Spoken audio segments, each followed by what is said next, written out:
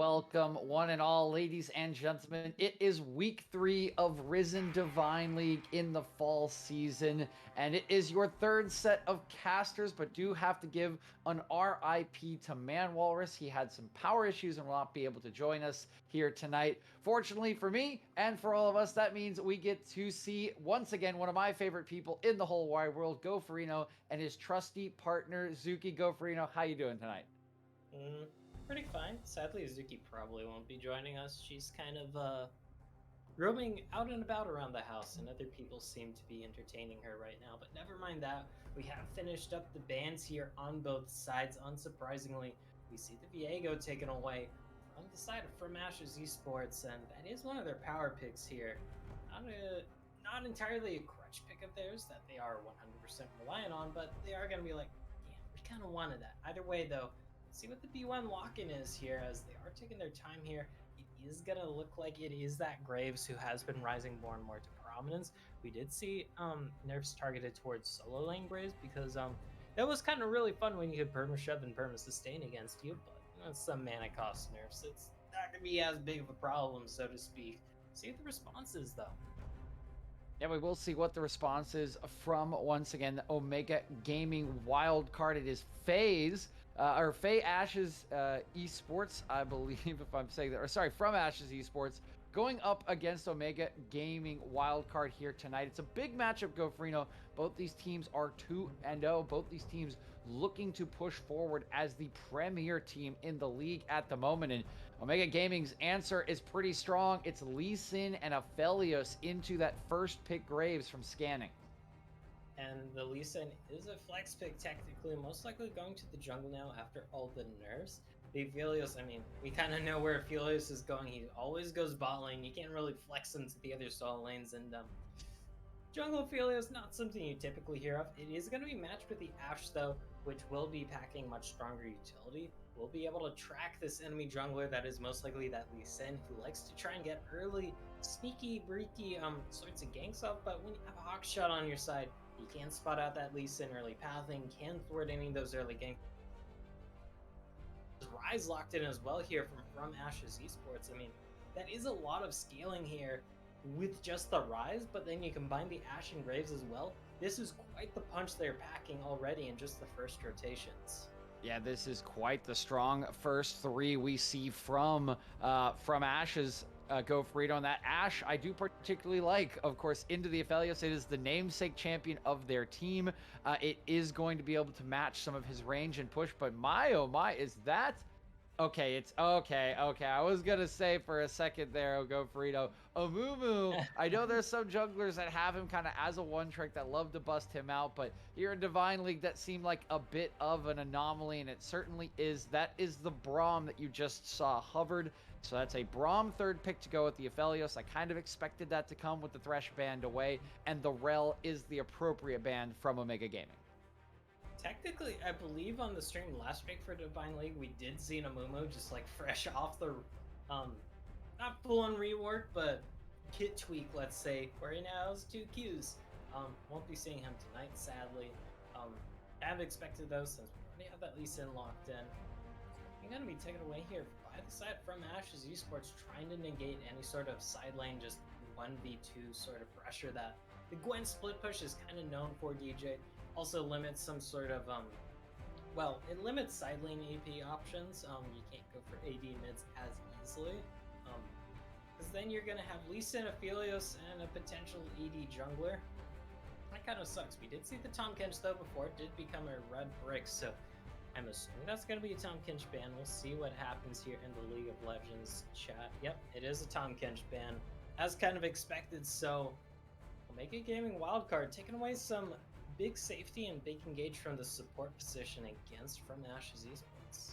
Yeah, that was certainly to be expected. Goferino with that support still needed to be locked in for from Ashe's at this point into that Aphelios Braum that has been drafted by Omega Gaming. But on the other side of things, right, easy enough to take away 2 of those top side picks for Axum in this secondary phase. And now that R4 pick going to be critical for Omega Gaming. They need to set themselves up with the final counter pick with from Ashe. Still looking for their support and their top laner as well.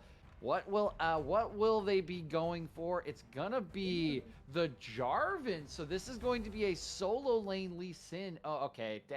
Probably. Man, I'm getting so baited here, Go Farino. This is once again a bug here in Pro Draft. We got Coach Diffs being spammed in chat from Omega Gaming. This is a Kassadin instead of the Jarvan 4. So it is a mid lane Kassadin into the Rise. We've seen a little bit more Kassadin recently, Go Farino. A couple picks in the LPL, a couple picks in the LCK, and it's going to match up with that late game scaling of the Rise. It is kind of interesting though, because one of the big things about Kassadin that was kind of tweaked this patch was the fleet of footwork, the FOF, the rune fleet of footwork. It gave a lot of sustain before, even against minions as a melee, but now it just gives you like pee pee poo poo all for sustain versus those minions. So you don't have as free of a lane here. Of course, you do have that magic damage shield, you do have that natural magic damage reduction, and you will be going against this heavy magic damage in the Rise, who also takes a little bit of time to ramp up themselves. However, the Kassadin does take a bit more time to ramp up here, DJ. Once they hit that level 16, we all know that is pretty infamous, can be strong before then, but that's the infamous power spike, where the Rise can comfortably, once he has the Q maxed out, once he has a mana item and a half or 2 items under his belt, which typically comes on just a bit before that Kassadin, and you can match the roaming of the Kassadin thanks to that Realm Warp. But that's not to take away, we have a last pick Irelia here from Omega Gaming Wildcard, and that's going to be adding just even more carry potential to their side.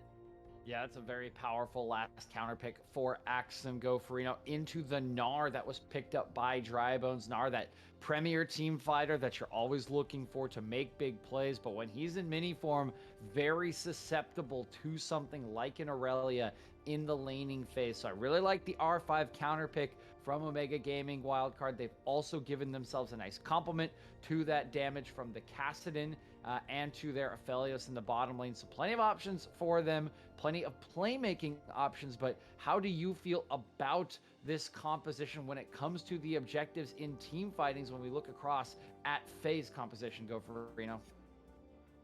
I mean, you have the Ashe, who can be such an excellent way to stop for objectives. You have the Graves, who's known for being able to take Dragon very early on, just thanks to how fast and healthy he clears the jungle. You have the Rise, that's a lot of rotation power. How the pieces will come together in these team fights, though, we'll have to see, because those are great pieces on their own here, DJ. And I do like the question you do arise about these objective fights, because when you have the Graves, you want to secure early dragons. When you have the Rise, early dragons are great just to secure that scaling for this Rise, ensure that late game comes as soon as possible. And you have the Ashe and Alistar as well, who are just so great at controlling the river between Hawkshot, just how powerful Alistar's roams are. That's what the side of from Ashe's Esports probably going to be looking for a little bit here in this early game, because they have an insane amount of damage on their composition as well, but they have a little bit more beef in the front line here, thanks to also having Gnar in the side lane, who can just provide that much CC in team fights if it is the Mega Gnar, not the Mini. Certainly can't be the case, Go Farino, but everything is locked in. We're ticking down 50 seconds away. Again, week number 3 in Risen Divine League from Ashe's Esports and Omega Gaming Wildcard, both the 2-0 teams that we have in the league, joined by Striking Vipers. One of these teams will end the day 2-1. One will push on to that coveted 3-0 mark. Starting it off in this best of 3, Go Farino, whose composition do you favor more here as this game does progress? Where are you leaning as we get into this game? I mean, when I look at the side of Omega Gaming Wildcard, you have the Aphelios, who's just such a menace when it comes to the later stages of the game, and you have the Kassadin. We're talking about pure scaling. I feel like Aphelios Kassadin will kind of just outscale all of the threats on the side of From Ashe's Esports. Of course, it's not like From Ashe's Esports are going to be lacking in the late game either. We're talking about 5, 6 items, or hell, even 4 items here. It's not like the carries on both sides are going to be lacking here. It's just Aphelios Kassadin are just...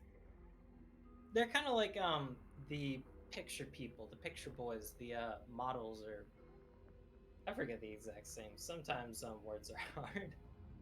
but they're kind of some of the pictures of that late game scaling. Both of them just benefit incredibly from the levels as well as items. So I want to see how the Omega Gaming Wildcard composition will help this Caston and Aphelios reach that late game here, DJ, because you have two super potent threats, and once they hit critical mass, it is gonna hurt a lot if you are from Ashe's opponents. Certainly looks to be the case, Gofrino, as the game goes on, so we'll see what Faye can do to try to shut down this cast and shut down Nutty Bars of Felios and try to shut down the quick starting hot hands on Omega Gaming Wildcard. We'll find all the answers to our questions and a great start to the series here in just a couple minutes, so stick around.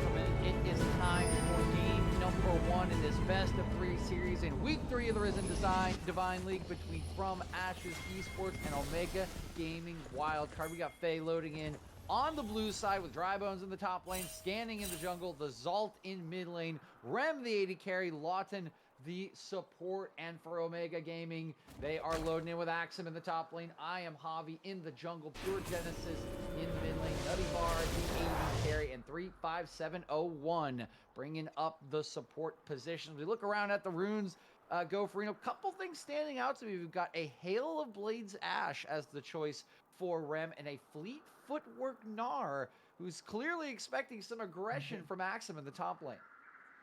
Okay, but there's always aggression in the top lane. One thing I can definitely speak on in depth, though, is the Halo Blades on the Ashe.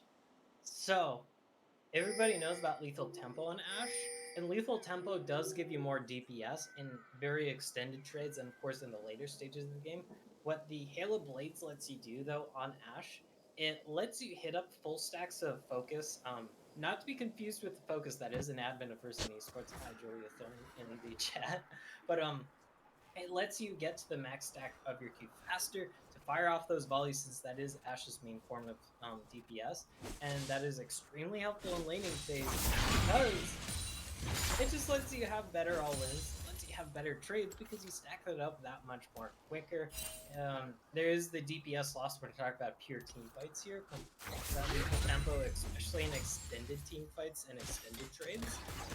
But it lets you get up to the first one that much more quicker, and when we're talking about team fights later on, if you get that in the laning phase with the Hail Blades of Ashe, you kind of make up for the loss of DPS because you have that extra itemization. Of course, that's a whole other, that's like TLTR more or less. Rem thinking ahead, looking for that quick proc of the damage on the Q. They will not, of course, get level 2, unfortunately, as they do get shoved in under their turret.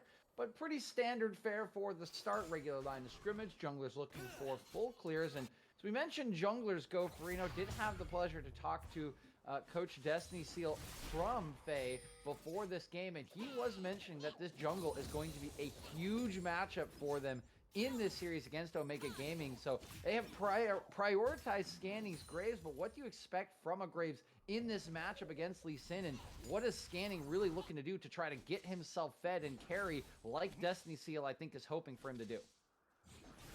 I mean, Scanning, you can't, all in the bot lane. Don't think anything's going to come of it, but you can just do the stock and standard as Graves jungle. You have a super nasty farming. There's a Zuki at my door. I don't know why. She should be more than happy with the company she has outside in the living room and other rooms of this house, but about that, because you can just out-farm as the Graves here. And for I'm Yavi, there is a bit of a earnest on you, because you're gonna get out-farmed, you're gonna get outscaled as this Lee Sin. Even with the new items, even with the new runes where Lee Sin does scale better into the mid and late game now, Graves is just that much of a monster. So it is still kind of on you, if you are I'm Yavi, to make a little bit of magic happen early on here, DJ. And that certainly is possible when you look at the top lane here, especially a little bit towards the bot lane. It depends a little bit on Nutty Bar's gun setup. You're gonna really want the slow purple gun, so you can get that instant root and then get that into the Braum stun. Could also wait till level 6 though. A lot of nicks and knacks, so to speak, but Lee Sin does have to make something happen. As Scanning is looking bot here, there's a headbutt pull. Nothing gonna do, though. They saw Scanning walk over that ward in the Tri-Brush Go Farino, and very aware of the situation was 35701, walking on over, lands the Winter's Bite to slow down the gank, and nothing gonna be doing for Scanning as he'll just head on over to his second clear with this chicken camp. Has yet the base. You can see the base coming through for I Am Javi. He'll pick himself up a pickaxe and a ward as well. Decent start for both these junglers. They split the Scuttlebugs with a little help of I Am Javi's bot lane, and so far we are just dead quiet on Summoner's Rift Go Farino. Maybe Zuki hearing the sound of silence that we have in this week 3 and coming over and crying, what the heck is going on? Why do we not have first blood yet? Yeah. It could also just be that Zuki is being an energetic little beast, since this is a new place and she's probably got a little bit of nervous energy and probably just like, ooh, I want to go out for a walk, even though she's been out twice today. And even for a car ride. I took her to the pet shop, actually, because we needed to get her set up in a new place. Never mind that, Lotzen taking a lot of damage. In a lot of trouble. I think he might be dead. Hold on, the slows coming through for Rim. The heal used to try to close the distance, but Lawton's going to stay alive. Meanwhile, on the top side, 3-5-7-1. He's on a long roam, but I think he's gone a little bit too long. Flash it from the Zolt. Oh, no. One auto away. Can't get the cube now. Axum without a flash. He's going to try to use the Zolt as his escape tool. One more set of spells will do it. The rotation will get the Zolt first blood. And directed Cam thinking all the action's bot lane. Yes, there's a hell of a lot of action down there, but it's all in the top lane. Call that caster curse. I guess caster blessing, since your play-by-play is kind of thriving action. Maybe it depends on the play-by-play. Some play-by-plays might just take a backseat every once in a while. Others might prefer the whole screaming metagame. Never mind that. That's a lot of damage onto the Zolf. Hopefully he does have that phase rush. And it is still an early game casting who hasn't finished that first major component in that boss chapter plus tier. You might see some action though here, DJ. This is an awkward position for Lawton. He's level 4. I mean, the play is clever, but you're just outgunned. They don't know where Braum is on the map. Maybe that's the hesitation. He'd just be hovering, considering the wave. I think the Zalt wants to push this in and try to get his reset off. He will do so, and Lawton will just walk away. So a bit of covering from the support of Faye here, as his bottom lane is just being handled by Rem. That ward about to expire, so no TPs available. All will go quiet once more. The Zalt just gonna hop on back with that first blood. Defended his TP. I believe that was actually get the top lane, not back to the lane. Go Farino, but just working with that one kill, and Lawton somehow surviving with some heroics from his AD carry. Usually it's the support that saves the AD carry, but we had a little bit of the reverse due to the slows from Ashe's passive. As this Drake does get started up by scanning, but while this Drake's there, you can see topside is I am Javi. He's looking for a gank, but Dry Bones, he's got the sussy wussy coming out. He knows the jungler is around, and he is going to keep himself safe as Faye will take down the first Drake. This could be a pick. That's a slow. That's a pull. That's stand behind me. Okay, yeah. I wouldn't really. Braum's got a big shield. There's a lot of deterrence Braum can throw out there when you're trying to make a pick on this cow. Yeah. I also think from Ashe's Esports didn't entirely expect Nutty Bars to be right there in that exact position. Had they done that, had scanning also been there, maybe they fully commit to that play. But as it stands, yeah, it's just going to be a bunch of spooky Cecilia, so to speak. The early dragon pickup gonna be nice though for this team, having the just small extra cushioning when it comes to that scaling. You're always gonna love that. Plus, also it's a singular earth dragon, and every little bit of extra resistance helps when you're this squishy of a team. It's not gonna be a game changer. Please don't twist my words to say that. I'm not trying to hype up this dragon that much, but it's a nice pickup. It's a nice thing. You'll appreciate it if you happen to be from Ashes Esports. Yeah, it is nice, and it's been a pretty nice early game for Ashes, right? They have the first Drake, they've gotten the first blood, they have a 200 gold lead. The one little problem I spy with my little eye here, Go Frito, is the gold lead very close because we have a large CS lead in the top lane at the moment. 24 in favor of Axum as Lawton goes into the combo. Pure Genesis just gonna hop on away from that, using that Rift Walk. Nice timing to buffer the knockup, but with Lawton's presence, his first Rift Herald will go down, and scanning doing a nice job of objective control. Again, Faye has been all over the map. They have all the early objectives. The one problem, once again, is this top lane where the 20 CS lead is still here and will likely continue to grow due to the base from Axum. Yep, really great timing there. You had Dry Bones with that colossal wave in the top lane, to say the least, just shoving them in. Axum could not really give that up. I mean, that's a juicy wave and a half. So, it's a good macro here. By the side of from Ashes Esports will net them this Rift Herald. All plates are still up on the board here for the next couple of minutes. See what they're able to do with it. They can hold on to this Rift Herald until the second dragon does spawn, because plates will still be available then. You can get the plates for Dragon's Trade if that's also first turret. That is going to be such a monumental, just immediate gold input or deposit. I don't know. I don't do economy. That's a good little near sight. This Caston takes a lot of damage since Caston expect to be quote unquote more anti. Does have lower armor values than most melee champions. Be the Rift Herald drop though. Thought we might see that. Won't be the case.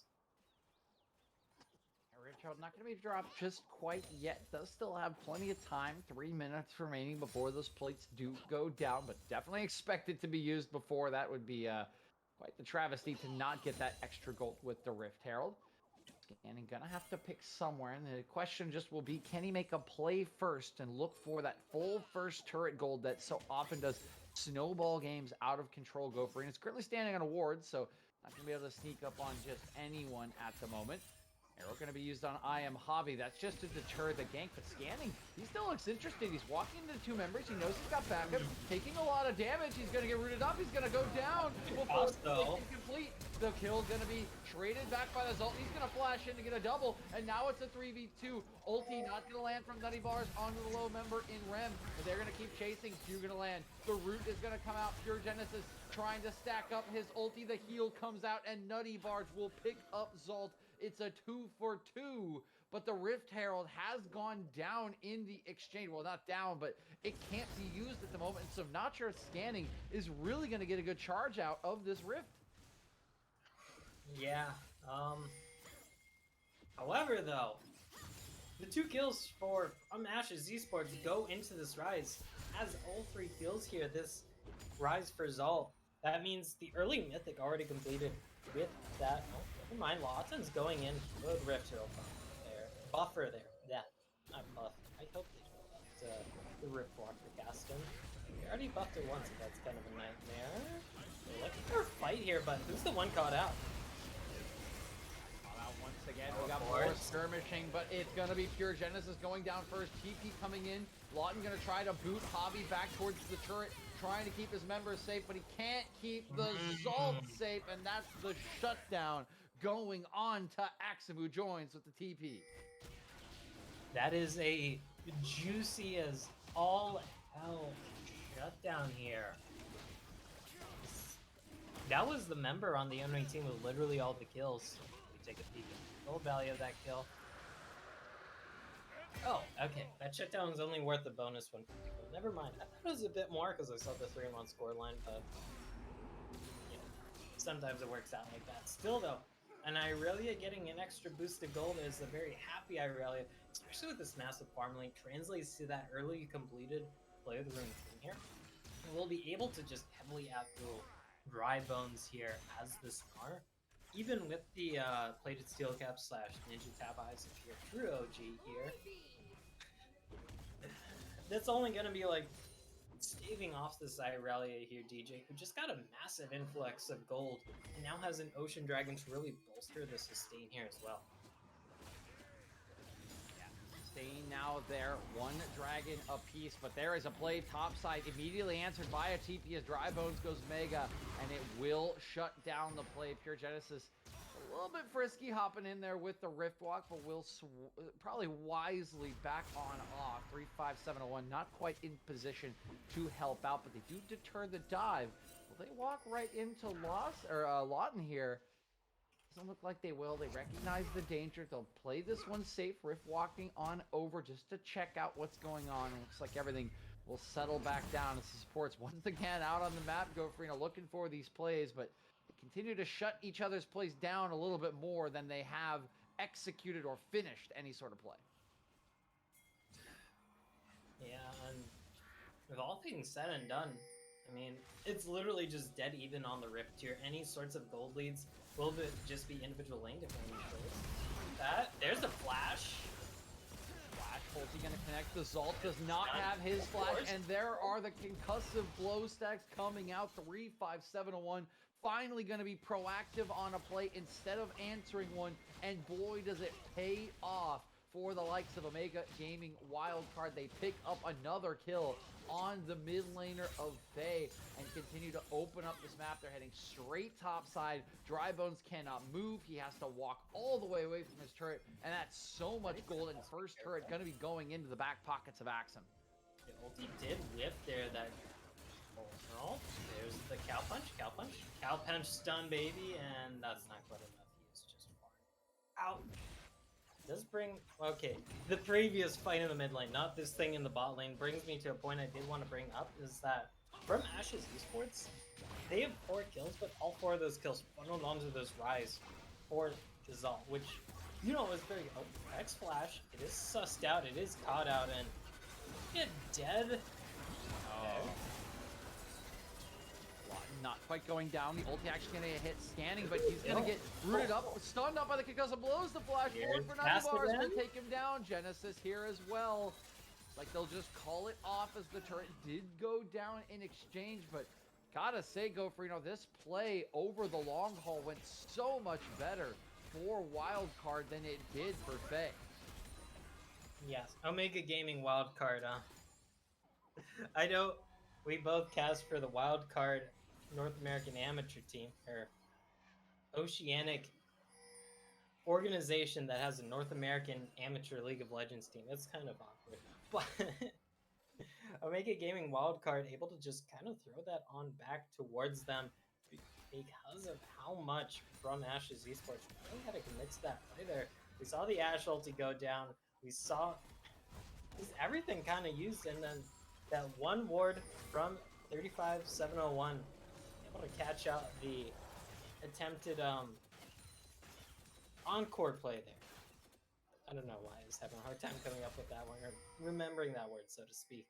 Either way, though, 2 kills for this Aphelios who's going to be that late game scaling threat here, DJ. And keep in mind, on the side of Omega Gaming Wildcard, one point I did want to bring up before he had that massive fight in the bot lane is that Omega Gaming Wildcard, they have spread out their stock options here.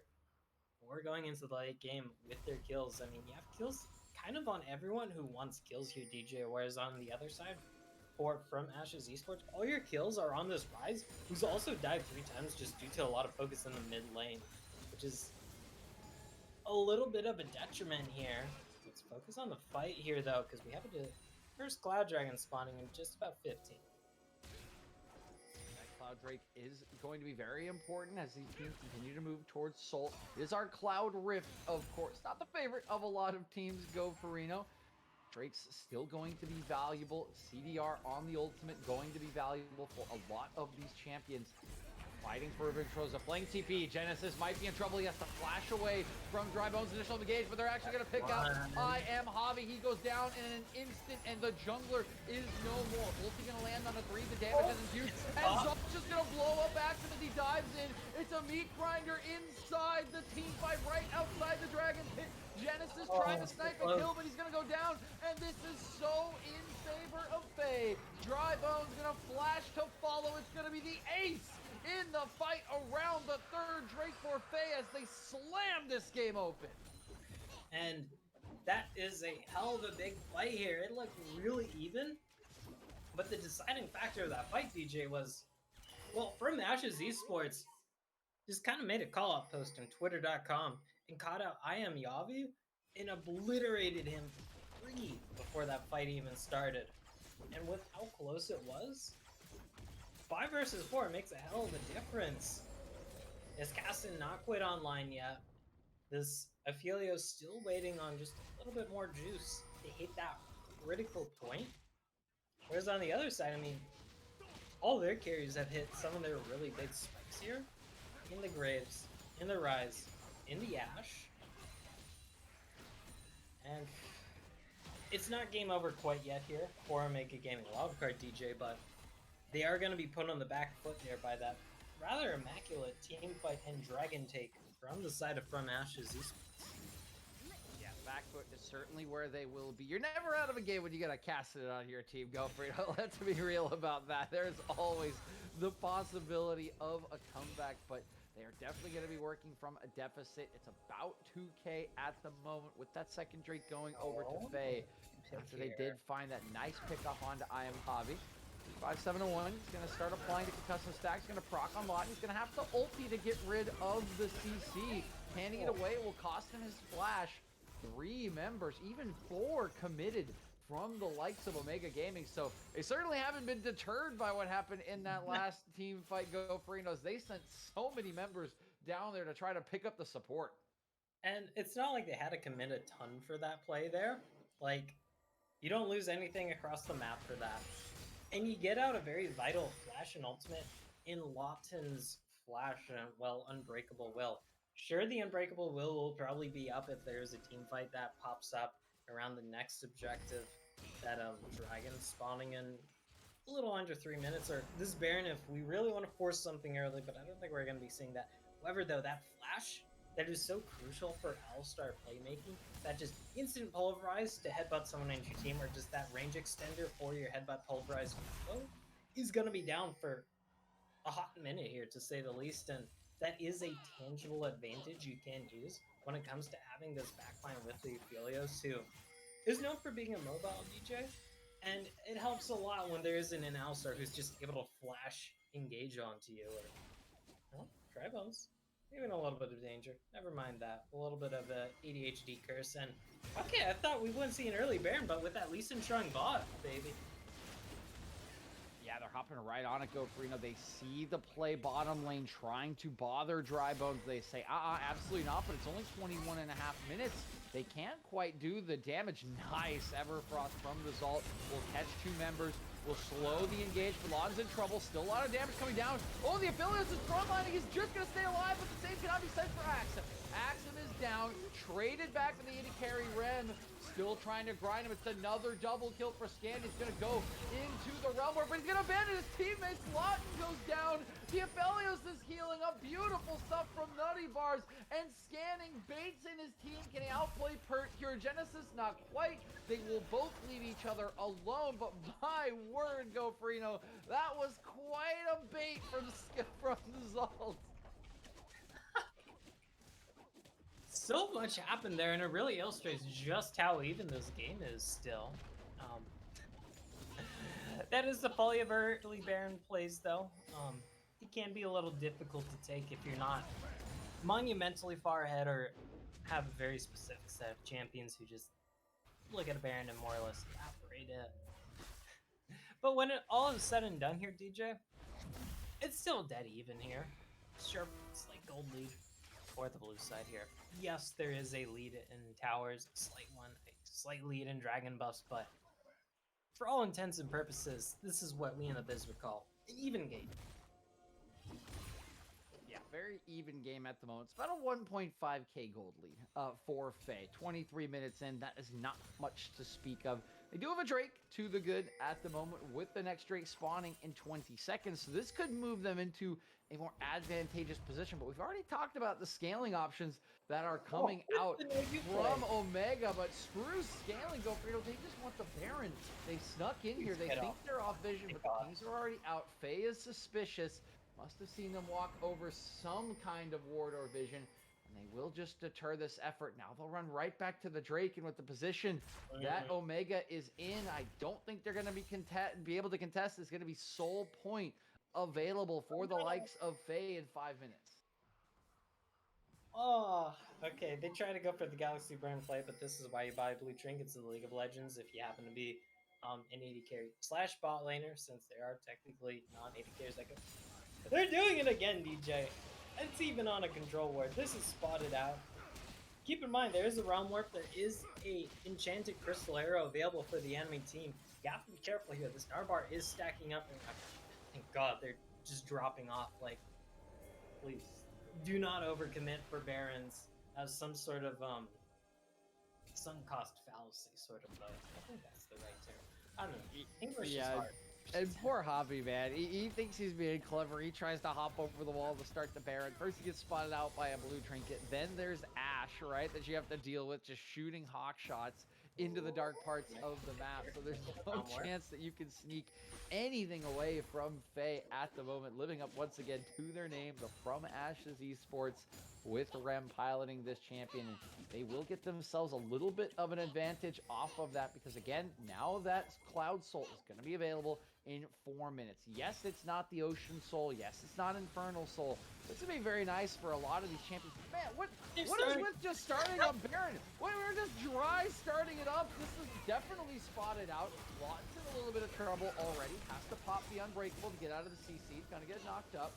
Dry Bones now trying to frontline. He's about to go Mega. Going to get Everfrosted. Only Genesis with the knockback. He's in the middle. Look at that Aphelios ult. Scanning, trying to get the damage down, but the Aphelios ultimate's done so much now. The flash for Axum. They need to get the scanning. Now the first is so low, and there goes Axum into the back line. Everybody's falling down for FaZe. Pure Genesis staying alive on the backside. Somehow Zalt has made it somewhat of an even fight. It's a 4 for 2. 3 members remaining. Good God, Zalt is doing so much damage, GoFrino, and he potentially saves that game for FaZe. If that was one less kill, a 4 for 1, and he didn't get nutty bars, they could easily go for this Baron. Instead, they're too afraid to do so, and we go back to neutral. Yes, although technically it is a 4 for 2 in the advantage of Mega Gaming Wildcard here. They will appreciate that. You got 4 kills for this Aphelios, 3 kills for this Gaston, and might be a little bit more here. There's the Realm Warp, can be canceled, and it is this Rise. Actually gonna have the Face Rush boost here, and this Gaston ultimate in that Rip Walk has stacked up far enough that the mana cost is getting rather high without the Series completed. So still, it's a dead even game, DJ, but 2 minutes until the next dragon, which might be that sole point. Hey, we're gonna see some blood over that.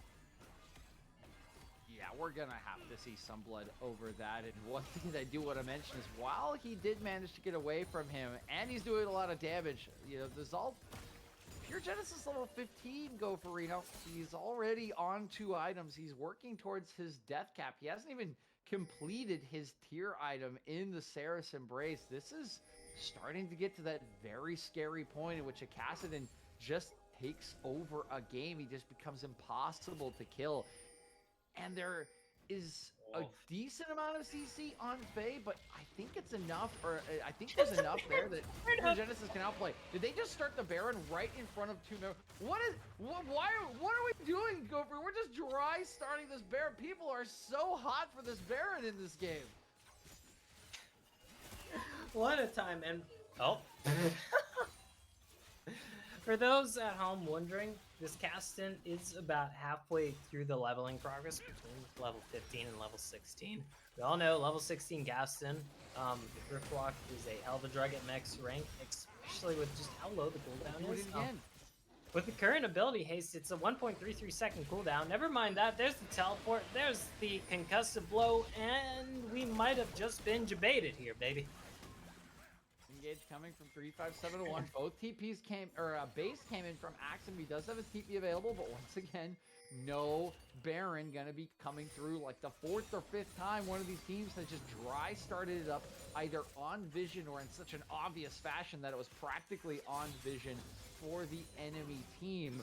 All of this blustering around the Baron has meant that we've killed the time between the Drakes. It's coming up in 12 seconds for Cloud Soul, GoFrino. FaZe do have the advantage, but instead of contesting with 5, they've opted to split Pure Genesis out. He does have to rejoin. He wants level 16. Do it at the moment, coming straight into the bush. Just gonna be a 5v5 with this Drake going solo. Can Hobby get it? He will! Steal it away. The fight 1, 2. Axum already getting out of the back. He's gonna win Makes this ulti though, and he's gonna go down for big Gnar ulti in the front line on to 3. Will it be enough? Look at Nutty Bars in the back line. Still untouched. He's got the red, white guns. He's got the fighting guns. Can he outplay? Doesn't have any chakras. Pure Genesis is gonna be shut down. It's all gonna be a Nutty Bars. 3 members gonna run more right on top of it. He's just gonna get deleted. 5 members strong for FaZe as they finally head over to take the Baron. So goddamn close there, but Pure Genesis not at that critical point yet. This Ophelia is so close to that critical point, but it's just not enough. That massive gnarlty from Dry Bones there at the start of the fight with that 3-man stun, with AXM having to go in, as this very squishy Irelia so far only has the shield on Wit's End for resistances against a primarily physically damaged based composition here. Yes, you stop the Soul Blade. You give up so much for it, including the Baron, and your team that really wants to hit this critical mass point here, DJ, you're now going to be on the back foot by a noticeable amount. Will that critical mass point be enough? Yes, it was a very even game just before this, but it's not going to be too even a game after that fight. This is a noticeable gold lead, and it might just get much more noticeable if the side of From Ashe's Esports are able to just make a lot of territory gains here with this Baron buff. Yeah, huge fight from Ashe's Esports as they do back against the inevitability that does often become Kassadin and Aphelios at this stage of the game. Baron can do so much work for them. Honestly, I was having flashes in that fight initially, Go Farino, of Viper this morning in the LPL. The red-white guns were there for Nutty Bars. He started that fight untouched, but it was just so well played from the likes of Faye. They used scanning as that machine gun. They had a big frontline effort from Dry Bones with a 3-man stun into the wall. And by the time Nutty Bars got a chance to unleash those weapons of destruction, everyone on his team was already dead, and they could just focus him with the CC. Yeah, and an important thing with this Ophelia, never mind. Okay, it's gonna force a lot. Important thing with this Ophelia stuff, yes, it has a lot of pure just damage potential, but you don't have the largest amount of attack speed here because you went for the Gale Force. Oh, okay. You went for the Gale Force, which doesn't have that attack speed mythic passive. It has the exact same attack speed as the Kraken Slayer. So you're only sitting on 1.3 attack speed as this Aphelios, who really wants to hit much higher amounts. You typically want oh, that's a good. Okay, smoke screen is a hell of a drug. Popping his bonus movement speed, trying to follow up an accident. He's gonna get slowed down by scanning. That's a big Aphelios ult, but there's no follow-up. Xm's running the wrong way. They're actually just gonna ignore him, which may not be the best idea. He can cut the wave. They need to keep this one alive. They are juicy wave, though. Dry Bones. They will keep it alive. They'll get into the base. He'll land one stun onto Nutty Bars, but the lack of members means they have to retreat. The inhibitor will fall as Axum returns to base. Looking for a chase down as the rest of Faye retreat, but it looks like they are just going to get on out with the first portion of Omega Gaming's base broken open. And now this game is not entirely blown wide open. There is a down inhib that's going to be still down and something you have to contest. While this next dragon does spawn, could be the final soul dragon of the game. And it will still be down for just a little bit longer when that Baron does spawn here in under 3 minutes, DJ. So, there's some noticeable backsets for the side of Omega Gaming Wildcard. Yes, they are at that critical mass point, but there's a lot of snowballing on the enemy team that the raw gold advantage might just be able to counter it. We'll see how it shapes up though, because we have just under 40 seconds until this potentially final dragon before Elder of the game here, DJ. And both these teams not wanting to give it up here, as it could be Soul Point for the side of Omega Gaming Wildcard, and it could be Soul for the side of From Ashe's Esports. Let's see how this fight shapes up, though. Yeah, notable difference this time around, Go Farino. The river control belongs to Omega Gaming Wildcard. Last time it was fully in control of Faye. Was I Am Javi coming up with a Herculean effort to steal away that Drake, keep his team in the game, but of course they lost the ensuing team fight very heavily, which did result in the Baron and the current 7k gold lead. Now they are giving up some of this control in the river. All 4 members poking their heads in. Rem gonna push that midway for priority, walk on back in there with the 4 items that he has completed. 2 to 3.5 of his counterpart, the Aphelios. Everybody just posturing as the Drake has spawned. Finally gets aggroed by Nutty Bars. The tension just rising, Gopherino, but falling away. There's the flash on Axel looking for the stopwatch. A great stopwatch. Gets 2 ultis out. Gaston. A big ulti from Aphelios. Already deletes 1. He's going to dash on in. He's going to get punched out. Ram has to flash on the wall. 2 kills going down. Baby. Ram's in a ton of trouble trying to stay alive. Shield versus shield in the back line, but the shield for Axel will win. This is all in favor of Omega Gaming Esports. They will clean wipe Faye around the Soul Drake and turn this game around. I don't think they can end it here. They have to answer to their base. Even if you hard shove this in mid lane, you don't have the wave up here with you. Best you can do is probably pick up an inhibitor here, set up for the Baron, or just go inhibitor into Dragon here, put yourself on that soul point as well.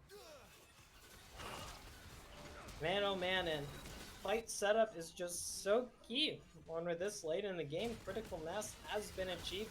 Gold lead be damned, but a lot of it did come out from the Gnar ulti. Just kind of whiffed there. Really great stopwatch from AXM here as this Irelia to buy that time, and it allowed Pure Genesis to just fly into the backline as this cast, get off that big burst, pop that Zonia's, while Nutty Bars is just, you know, doing 3.5 item Aphelios things. You saw that damage as well, EJ. I think we've hit critical mass. Oh, we have hit critical mass. That is a 4-item casted in Gopherino. That's a 3, now 4-item Aurelia picks up the GA after outplaying them with that stopwatch. This feels like a desperation Baron, Gopherino. This feels like Faye knows that they have been outscaled. They need to make something happen. In goes Hobby. Hobby with his 2nd steal of the game. He's going to go down in the fight, but he's gotten the Baron for his squad. And the last-ditch effort coming through to rush the Baron for Faye is shut down by Hobby's 2nd steal of the game. And what a steal. Even with the Realm Warp. Oh, no, they didn't grab the Dragon. Okay. So much is happening, I just kind of didn't notice they didn't grab the Dragon. That is going to be Cloud Soul here. That will last longer than this Baron, of course. But the Desperation Baron does backfail. And now this team that is going to outscale you with this 4-item gas, 4-item Aphelios, with this Irelia who's at almost full build. At about 5 1/4 items. Oh, that's good ulti. Should be a pick here with the flash though. 5-7-1 trying to outplay. He does have his ulti, but he's not going to use it. Just going to stay alive. It'll cost him a turret. Look at Big Aphelios ulti. Going to half health everyone on Faye, but there's no follow-up. This is what you get from this kind of build, Gopherino, without all that attack speed. It is the damage on your ulti, baby. Just popping them.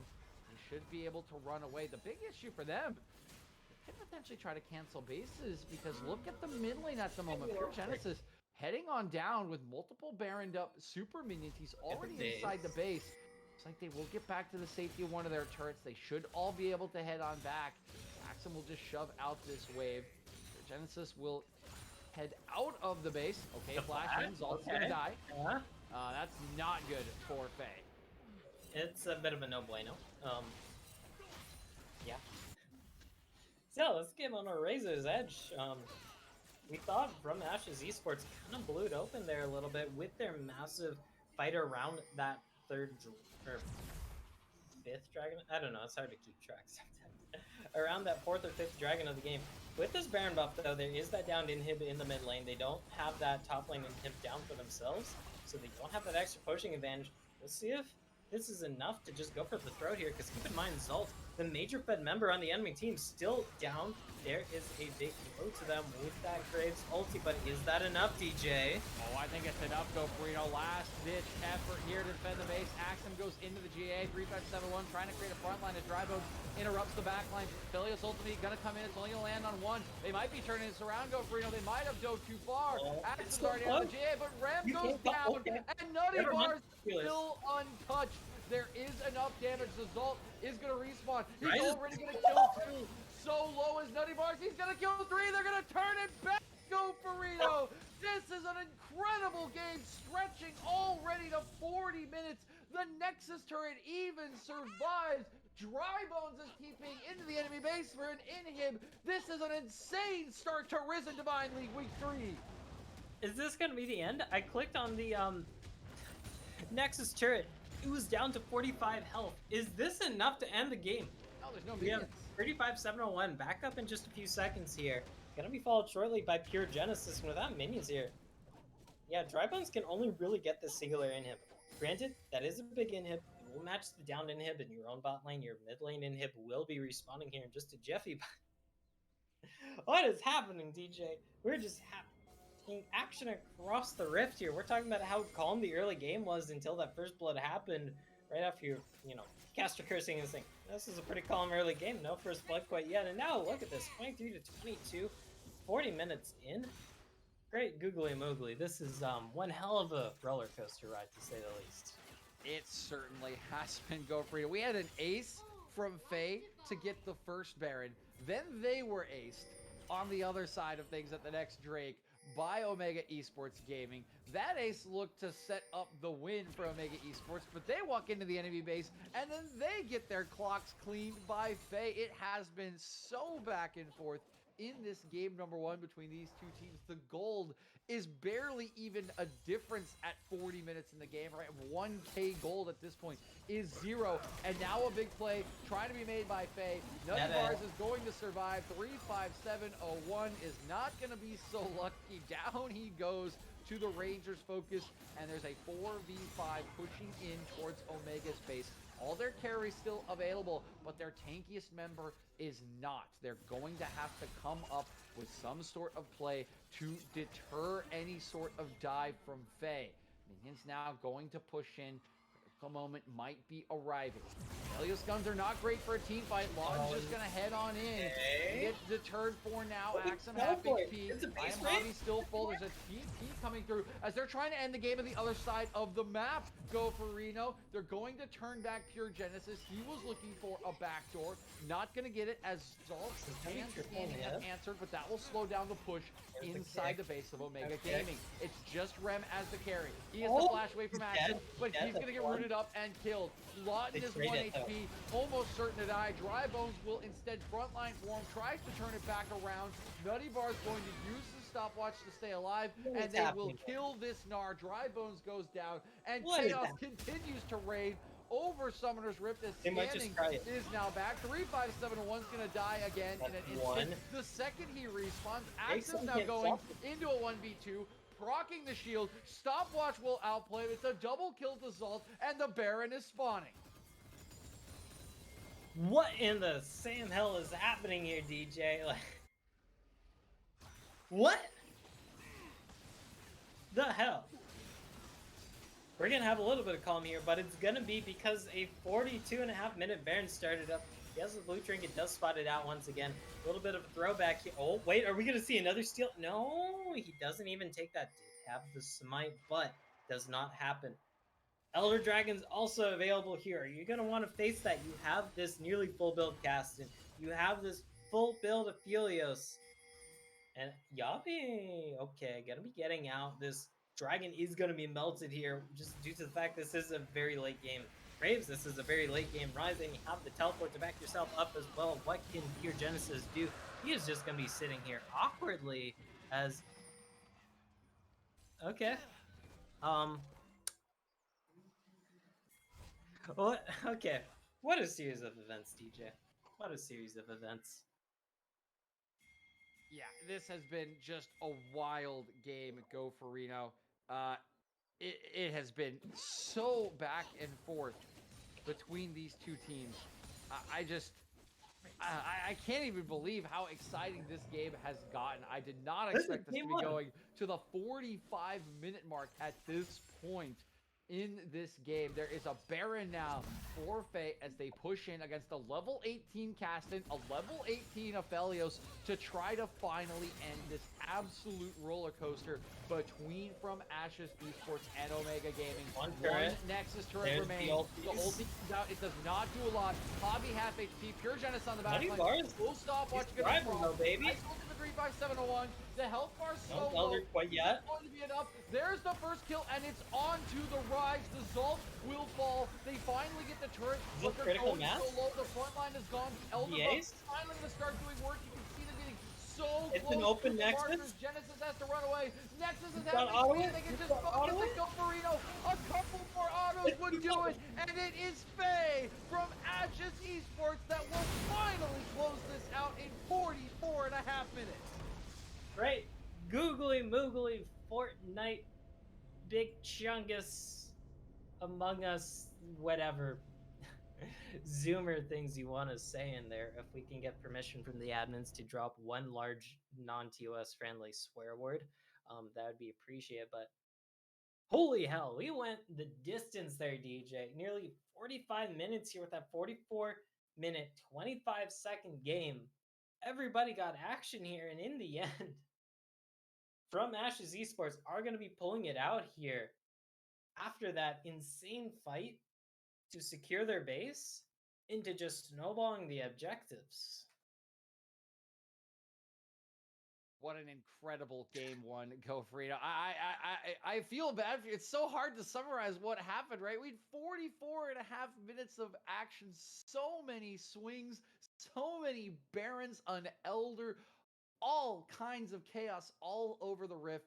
But the big point, the big takeaway, Faye will take game one. They will move themselves to series point, and it is going to be on Omega Gaming Wildcard to turn this one back around and push themselves to a win in game two to keep the series alive. We will be right back with that game number two, so don't go anywhere. If this game has given us any indication, we could be in for the most thrilling series we have seen thus far in Divine League, so stick around for more of Faye versus Omega Gaming Wildcard.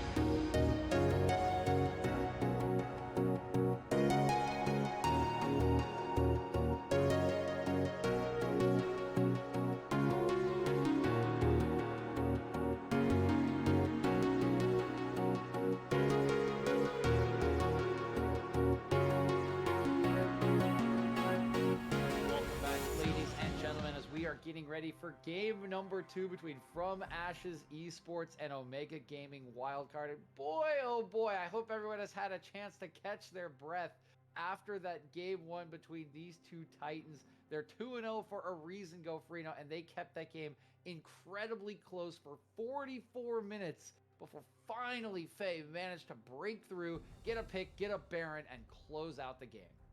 I mean, both these teams are 2-0 for a reason, and we saw a clash of the Titans here in the Risen Divine League just now in that game number 1. Will game number 2 be able to live up to that? It's always so hard to live up to those sorts of game number 1s here, DJ, because, I mean, now we nearly went 45 minutes in that game, including Champion Select. You can call that an entire just whole ass hour.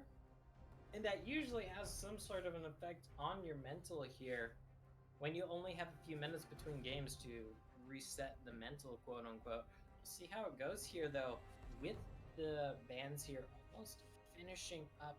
A lot of familiar faces on the board, but the Rise has been thrown in as well here outside of Omega Gaming Wildcard, and from Ashe's Esports are just saying, yeah, you aren't getting the Fios either. A little bit of no use here from that game number 1. See what the response is here since the sides have been swapped. Yep, OGW now going to be on that blue side. They've banned away the Zalt's Rise. They don't want to see that one again after it did do so much work in game number 1. The Aphelios likewise taken away from Nutty Bars.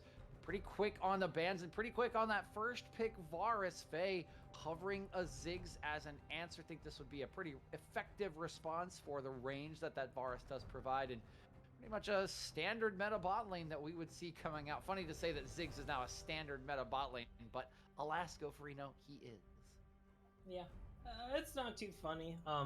Ziggs bot lane is wildly meta at just random points when Riot decides either A, we're gonna just buff the living hell out of Ziggs, or B, we're just gonna buff the living hell out of control mages, and then just also probably kind of nerfing 80 carries as a class. So it's not the first time we've seen Ziggs in the bot lane season-wise alone, but it might just be paired with that Trundle in the support position. Can be flexed to the jungle, and especially with the Lee Sin locked in, the Trundle can go toe-to-toe very easily with that Lee Sin in those 1v1s, because you just chop him as soon as he keys onto you, you will outlast him in trades. But there is merits as well. When you're talking about the Recon, the Pillar is a hell of a drug to stop that quickness, plus Grand Entrance, just dash in. Also, against the Varus, who has no mobility whatsoever, well-placed Pillar just forces a flash every time that is up. Neil, though, also going to be locked in here for from Ashe's Esports. A lot of damage on both sides so far here, DJ. Yeah, a lot of damage drafted thus far. The Varus and the Lee Sin do so much of that work. Ziggs Trundle, still waiting to see, of course, where that Trundle does end up. It is traditionally a jungler, but Ziggs Trundle bot lane is not all that wild these days, Go Freno. We've seen it multiple times. If you do take Mandate, it just makes your Ziggs a lot stronger as the game does progress. And that Camille, a nice combination with the Ziggs for the lockdown. You put them in the Hextech Ultimatum, you drop the bomb on them. Well, guess what? They don't have anywhere to run away from the damage now. So really like what Faye have done with their first 3 picks, but OGW as well. Ton of engage, a ton of setup, and that Lee Sin once again for I Am Hobby. We saw him steal multiple objectives away from scanning in game 1. He'll be back on comfort for game 2. Yep, wasn't able to steal the game with it, quote unquote. Although technically it was anybody's game, so it wouldn't have really been a steal. But I wanted to just build off of that point in a sec to make myself sound a lot smarter. Never mind that though, because we are finishing up the bans here. Gaming Wildcard just pitching the mid lane pool here, taking away 2 big control mages in that Inibi, in that Orianna. We'll see what is picked up here, because from Ashe's Esports, they already have the Ziggs here. Probably going to the bot lane. Can be flex mid lane if they do want to, but they already have that strong AP threat. If they want to, they can pick an AD mid laner here. The Galio locked in. That can still be support with the Trundle jungle.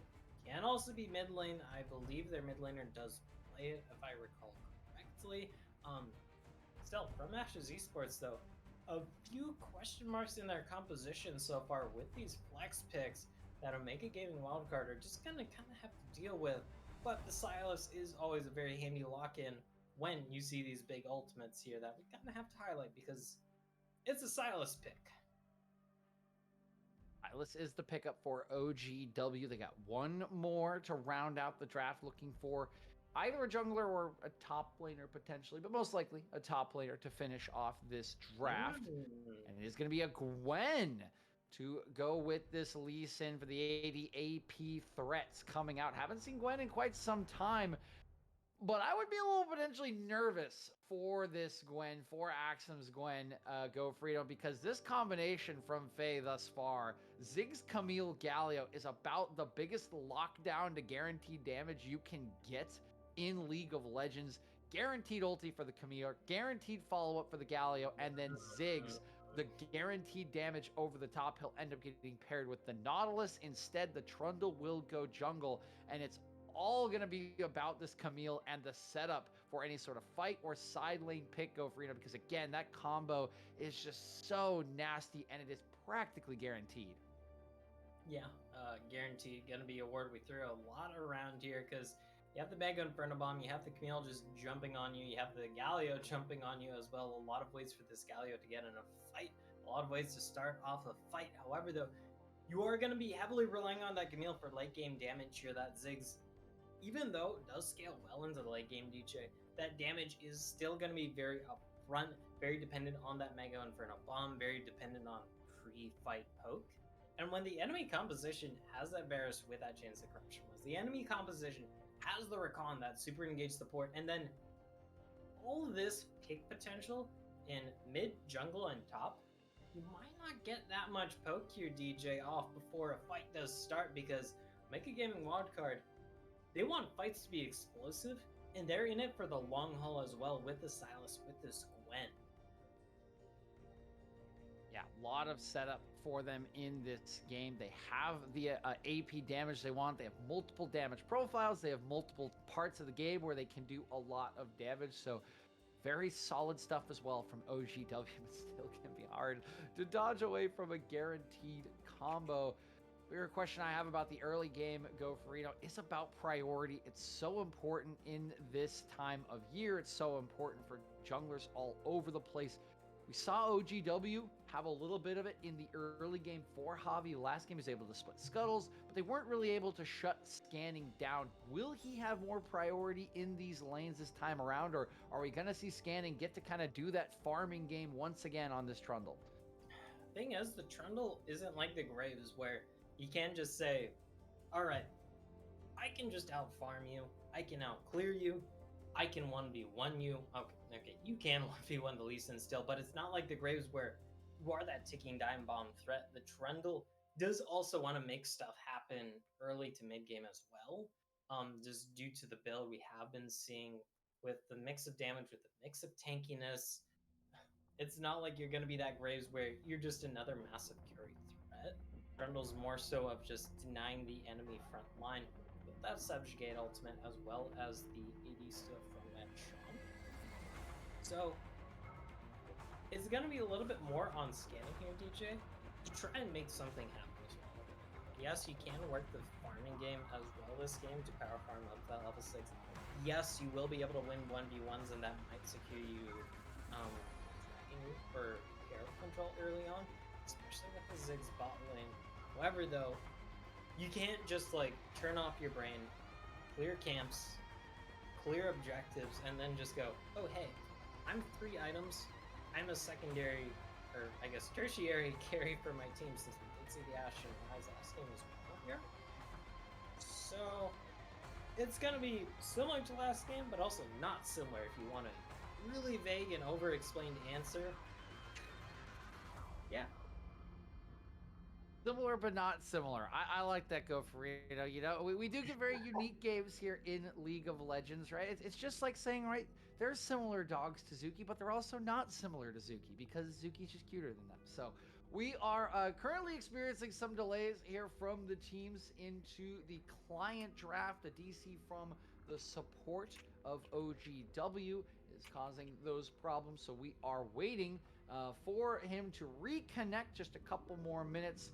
But we will take a short break, Depending on when he comes back, we will throw it back with updates of whether we are waiting for draft or not. But if not, we will be back right after this reconnect and our spectator delay. So don't go anywhere. We will have game 2 between these two sides, FAE and OGW, for you in just a few minutes.